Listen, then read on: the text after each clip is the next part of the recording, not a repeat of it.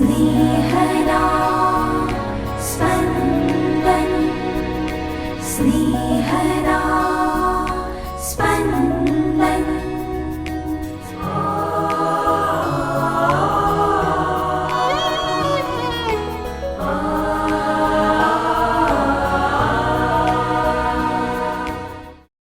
નાતાલ પછીનો ગુરુવાર. ધર્મસભા આજે સંત સ્તેફાનનું પર્વ ઉજવે છે. શુભ સંદેશ ફેલાવવાના કાર્યમાં દુઃખો, અપમાન, તિરસ્કાર વગેરેનો સામનો કરીને પણ સતત પ્રભુનો મહિમા ફેલાવતા રહીએ. સાંભળીએ સંત માથીકૃત શુભ સંદેશ, અધ્યાય 10, કડી 17-22. લોકોથી ચેતતા રહેજો, કારણ તેઓ તમને અદાલતને હવાલે કરી દેશે અને પોતાના સભાગૃહોમાં તમને ચાપખા મારશે અને મારે ખાતર તમને સૂબાઓ અને રાજાઓની આગળ ખડા કરવામાં આવશે, જેથી તમે એમની અને વિધર્મીઓની આગળ મારા ઉપરની શ્રદ્ધાનો એકરાર કરી શકો.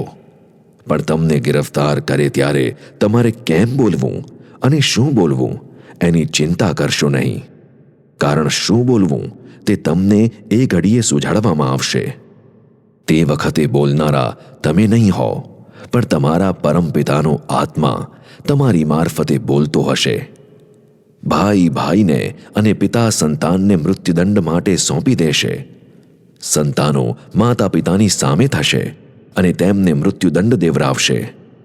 મારા નામને કારણે બધા લોકો તમારો દ્વેષ કરશે, પણ જે કોઈ આખર સુધી ટકી રહેશે તેનો ઉદ્ધાર થશે. स्नेहदा स्पन्दन स्पन्दन।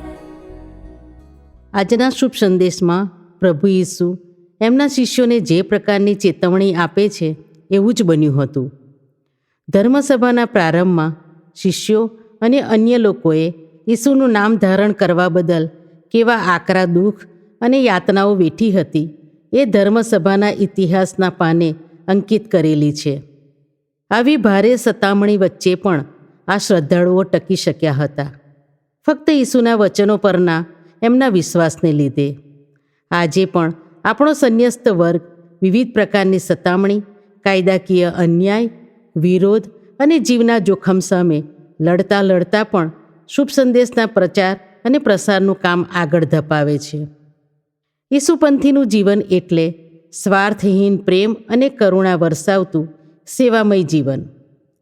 સંત મધર ટેરેસા આનું ઉત્તમ ઉદાહરણ આપણને આપતા ગયા. એક રક્તપિત્ત રોગીના ઘા ધોતા હતા ત્યારે ઓસ્ટ્રેલિયન ક્રિકેટર સ્ટીવ વૉ ત્યાં હાજર હતો. તેણે મધરને કહ્યું, મને $10,000 મળે તોય હું આવું કામ ન કરું.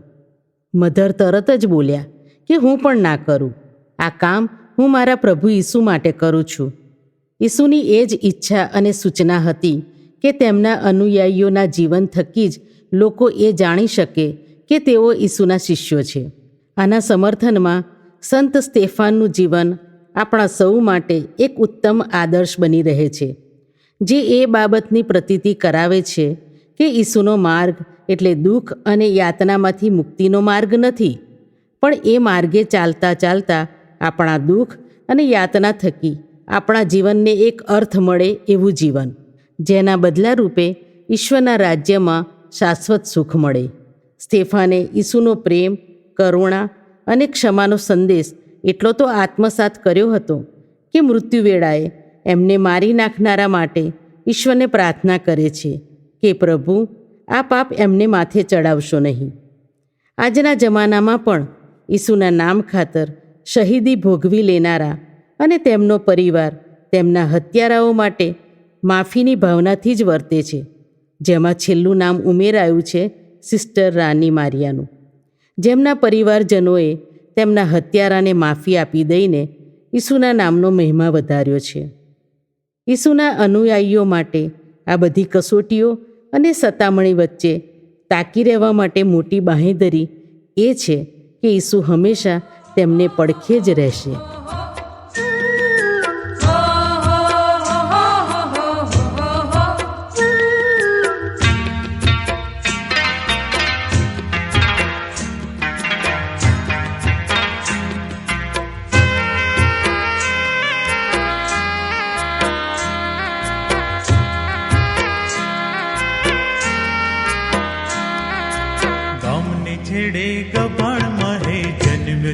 એક બાળ, ગામને છેડે ગભણ મહે જન્મ્યો છે એક બાળ. હાડથી જાવે એવી ઠંડી રાત વહે સુનકાર, હાડથી જાવે એવી ઠંડી રાત વહે સુનકાર. મારિયા માતા વાલ કરે ને પિતા જોઈ હરખાય, મારિયા માતા વાલ કરે ને પિતા જોઈ હરખાય. ઈશ્વરની આ રચના કેવી એ તો નહીં કળાય, એ તો નહીં કળાય. ગામને છેડે ગભણ મહે જન્મ્યો છે એક બાળ, ગામને છેડે ગભણ મહે જન્મ્યો છે એક બાળ.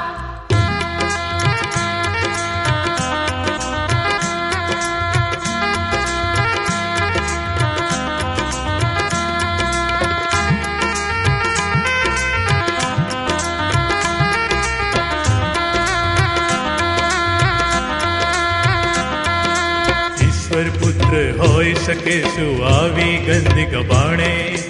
ઊંચી મહિલા તો છોડીએ અહીંયા જન્મે શાને?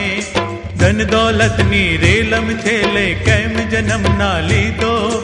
દિન દુખિયારા વચ્ચે શાને એણે નિવાસ કીધો? ગામને છેડે ગભણ મહે જન્મ્યો છે એક બાળ, ગામને છેડે ગભણ મહે જન્મ્યો છે એક બાળ.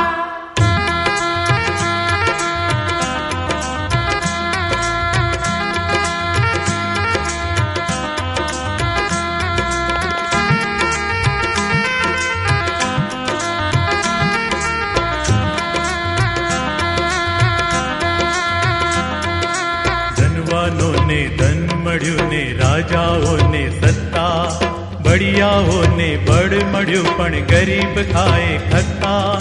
દિન દુખિયારા શોષિતોનો કોઈ નતો આધાર, સુખ ચેન ને કાજ ટટળતા બની રહી લાચાર. ગામને છેડે ગભણ મહે જન્મ્યો છે એક બાળ, ગામને છેડે ગભણ મહે જન્મ્યો છે એક બાળ.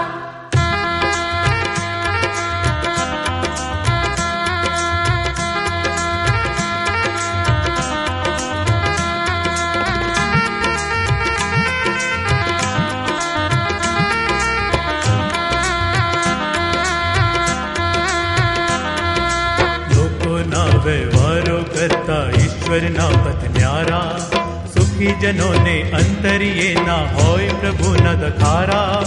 શોષિત પીડિત જંખે પ્રભુને જંખે તારણ હારો, પ્રભુ ઈસુ છે દિન દુખિયાનો કેવળ એ જ સહારો. ગામને છેડે ગભણ મહે જન્મ્યો છે એક બાળ, ગામને છેડે ગભણ મહે જન્મ્યો છે એક બાળ. હાડથી જાવે એવી ઠંડી રાત વહે સુનકાર, હાડથી જાવે એવી ઠંડી રાત વહે સુનકાર.